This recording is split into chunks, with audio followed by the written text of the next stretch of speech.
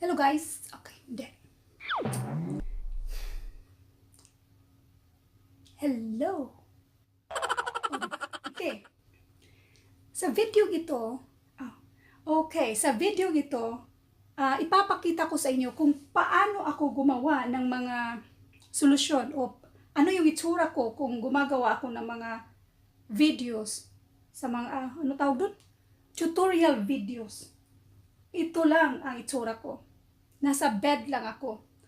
Walang buhok ko, walang suklay. Tapos, minsan naglalagay lang ako dito ngayon kasi wala lang. Gusto ko lang. Okay. Ito yung mic dyan.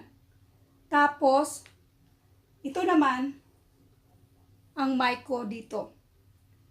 So, umpisahan natin.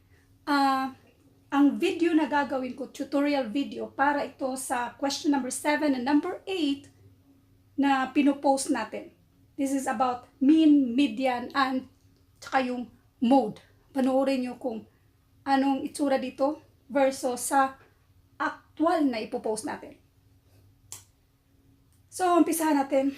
Wait para mag-record tayo. May tubig ako sa tabi para, alam mo yun? 1, 2. Magbilang tayo para alam natin kung saan tayo mag-uumpisa. 1, 2. Now let's do set. Hindi set pala. Iba pala to. 1, 2. Now let's do number 7. Okay. Mali.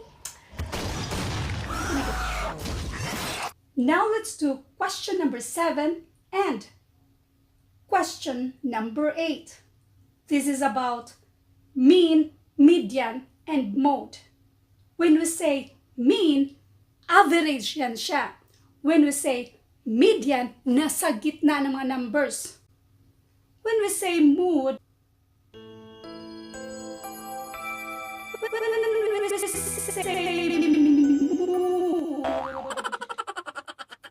mood, yung paulit-ulit. Ngayon, number 7, the mean, median, and mode of 5 numbers are equal. The numbers are 7, 8, 10, 15. The question is, what is the 5th number? So now, what is the 5th number? Ang tanong dito is, the mean, median, mode of 5 numbers are equal. Pag sinabing mean, median, nasa gitna yan. Pag sinabing mode, yung paulit-ulit. In other words, yung nasa gitna natin, yung 8 or 10, either ng dalawa na yan.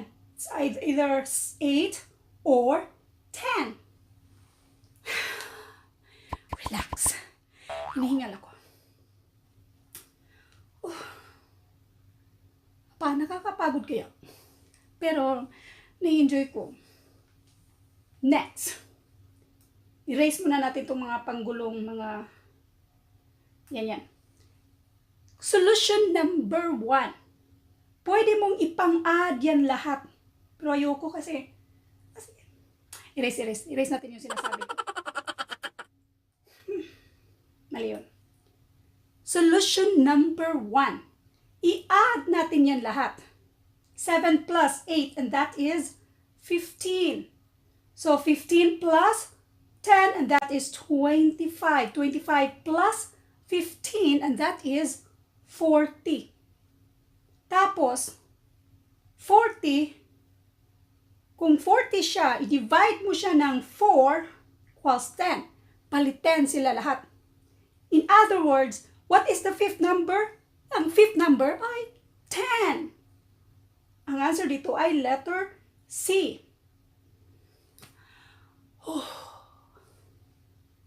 Para maintindihan. Wait. Nihingal talaga ako. Relax. Erase natin. Uulitin ko para mas lalong maintindihan. Ang average nitong 4 ay 10. Kung average nilang 4 ay 10, yung 5th number for sure ay 10 din. 10 din. Mali. 10 din. Ulitin ko. In other words, ano nga bang una kong sinabi? So, ang average nitong 4 ay 10. Kung 10 ang average nitong 4, dapat yung fifth number ay 10 din. 10, sabi ko na nga ba, din. Pronunciation. Uulitin natin ulit. So, i-cut natin yung mga portion kung yung mga ano lang pinagsasabi ko eh. Okay. Ano nga ba yun? Next.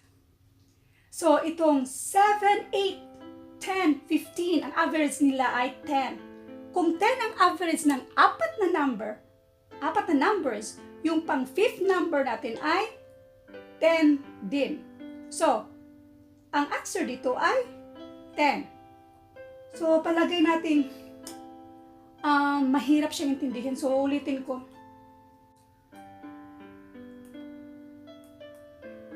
Another way of solving this. Hindi naman siya another way, pero ganun pa rin. Ang uunahin natin ay i-average muna natin yung apat na numbers. So, ang average ng apat na numbers ay 10. Another way of solving this is, kung 10, 15 ito, tapos 15 ito, 15 plus 15, tapos ito 10. So, itong 5 na ito, wala siya. So, 10 ang average niyan, apat numbers. So, pang 5 numbers, 10 din. Kasi the mean, median, mode, 5 numbers are equal. The numbers are 7, 8, 10, 15. Kapag i-add mo sila, 40 yan siya, i-divide mo siya, 10 ang average nila. So, another 10, yan yung mauulit na, yun yung gagawin mong mode. Kasi ang mode, ulit yan, yun yung 10. So, it's either 8 or 10 ang mauulit na yung 10 yung. So, letter C. Kung medyo naguguluhan kayo sa the way ako mag-explain ito, so, let's solve question number 8. Yan. Now, pareho lang siya. The mean, median, and mode of 7 numbers are equal. Kasi sabi mean, average, median, nasa gitna, mode ng paulit-ulit.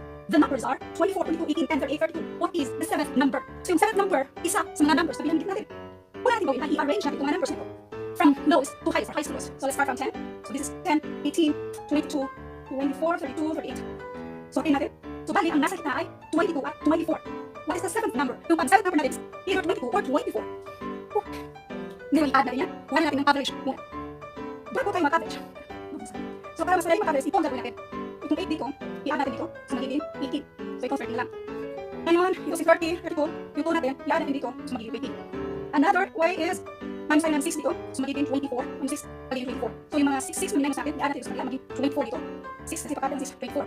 Kapag dito mo i-add si 6, divide ng 2, 4, 6. So dito si, sa 6, divide by minus ka ng 4 kasi dito i-add siya. So magiging 4. Dito naman plus 2, kasi 6, 4 plus 2, 6 yan. So this is 24. Bali, ang average dito ay 24.